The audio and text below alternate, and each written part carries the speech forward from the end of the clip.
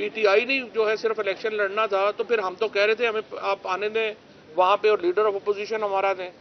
آپ نے ہمارے استعفے بھی جلدی میں قبول کیے ہیں, اب آپ الیکشن لڑنے جوگے بھی نہیں ہیں. آپ الیکشن یہ جو پی ڈی ایم ہے یہ الیکشن لڑنے کی پوزیشن میں کیا, یہ تو باہر کس وقت جس طرح سے میں کھڑا ہوں ادھر مارکیٹ میں فیڈ مارکیٹ میں اسلام آباد, یہ کسی مارکیٹ میں کھڑا ہو کے کھانا نہیں کھا سکتے. کل مریم نواز نے یہ کہا کہ جی ٹماٹر اور جو آٹا ہے وہ بڑا لگتا ہے کہ بڑا سستا ہو گیا ہے. میں نے کہا بی بی آپ اس طرح کریں, کسی وقت سیکیورٹی کے بغیر جو ہے نا لکشمی چوک کے اوپر اور بھاٹی گیٹ کے اوپر لاہور کے اندر, باہر نہیں, باہر تو زیادہ خطرہ ہے, آپ لاہور کے اندر جو ہے وہ آپ کبھی سیکیورٹی کے بغیر نکلیں آپ کو ٹماٹر مفت ملیں گے, وہ آپ اکٹھے کریے گا واپس لے جائیے گا, اور آٹا بھی شاید آپ کو گاڑی کے اوپر مل ہی جائے. ان لوگوں کی اس وقت یہ حیثیت نہیں رہ گئی کہ یہ باہر سیکیورٹی کے بغیر کھڑے ہو سکیں, اور اس لیے انہوں نے الیکشن نہیں کروانے. اب ہمارے ہاں جو اداروں کا زوال ہے وہ دیکھیں کس طرح سے ہو رہا ہے کہ الیکشن کمیشن آف پاکستان جس کے اوپر ہم اربوں روپے خرچ کرتے ہیں صرف ایک کام کے لیے کہ وہ الیکشن کرائے گا, وہ کہہ رہے جی ہم الیکشن نہیں کرا سکتے کیونکہ پی ڈی ایم جو ہے وہ الیکشن کرانے کو تیار نہیں. پاکستان کا ٹیکس پیئر اربوں روپیہ الیکشن کمیشن کے اوپر خرچ کر رہا ہے جس کا صرف ایک کام ہے آپ نے الیکشن کرانا ہے, وہ الیکشن کرانے کو تیار نہیں. آپ سے کچھ دیر کے بعد انشاءاللہ توہین عدالت کی جو اپلیکیشن ہے وہ الیکشن کمیشن اور اس کے ممبران کے خلاف فائل ہو جائے گی.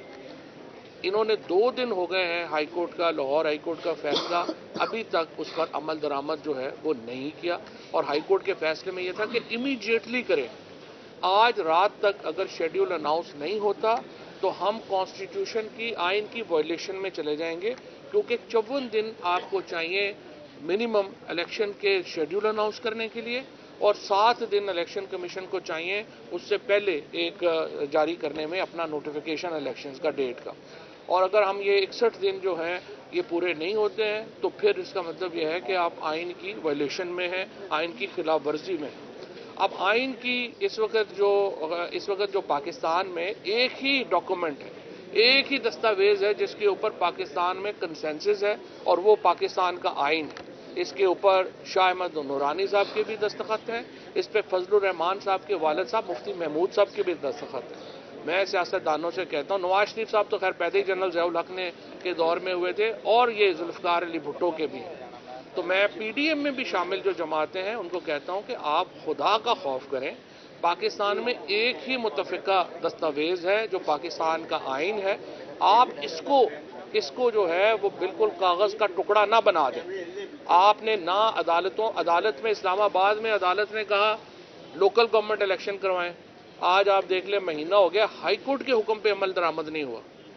اس کے بعد ہائی کورٹ لاہور نے مجھے طلب کیا 4 بار, مجھے وہاں پہ پیش ہی نہیں کیا گیا. شیخ رشید صاحب کی ضمانت لی عدالت نے, انہوں نے دوسرے کیس میں اس کو بک کر لیا. اور کل مریم نواز نے بہت ہی خطرناک تنقید کی ہے عدلیہ کے اوپر, اور انہوں نے پاکستان کی عدلیہ کو ڈیفینسو کرنے کی کوشش کی ہے. اور کیوں کی ہے؟ کیونکہ وہ یہ کہہ رہی ہیں کہ ان کا جو مقدمہ ہے جو نیب کیس کی ترمیم کا کیس وہ بہت اہم ہے ان کے لیے. یہ ساری رجیم چینج ہوئی نیب کے کیسز میں ترمیم کے لیے تھی, جہاں 1100 ارب روپیہ یہ سارا جو پی ڈی ایم ہے یہ لے چکا ہے, اور اس پیسے کو ہضم کرنے کے لیے ضروری ہے کہ عدالت جو عمران خان کا کیس ہے اس کو مسترد کرے. عمران خان کے کیس کے اوپر ایک دباؤ بنانے کے لیے جس میں ہمارا مطالبہ یہ ہے کہ نیب میں ترامیم جو ہیں وہ نہیں ہو سکتی تھی, غیر آئینی ہے, اس کے اوپر عدالت فیصلہ دے, اس کو غیر مؤثر کرنے کے لیے یہ اب سارا معاملہ جو ہے وہ کیا جا رہا ہے. عدلیہ کو تنقید کا نشانہ جو ہے وہ بنایا جا رہا ہے, اور ہم اس کی شدید مذمت کرتے ہیں. ہم جیل بھرو تحریک کے لیے بھی تیار ہیں, ہم اپنی عدالتوں کے تحفظ کے لیے بھی انشاءاللہ تیار ہیں. بہت شکریہ. آپ نے بات کی ہے کافی بات کی ہے کہ باجوہ ثانی حکومت کے فیصلے کرتے تھے. ایک تو یہ بتا دیں کہ آپ کی کابینہ کے مشیران اور وزراء کتنے تھے؟ ہمارے 42 تھے, اور اس میں جو وزیر تھے 22 تھے. فیڈرل منسٹر جو تھے وہ صرف 22 تھے ہمارے, اور جو مشیر اور سارے ملا کے 42 تھے, جو پاکستان کی تاریخ کی کم کیبنٹس میں جو ہے وہ شامل ہوتا ہے. لیکن اس کیبنٹ میں تو آپ دیکھ لیے کہ وہ لوگ سارے شامل ہیں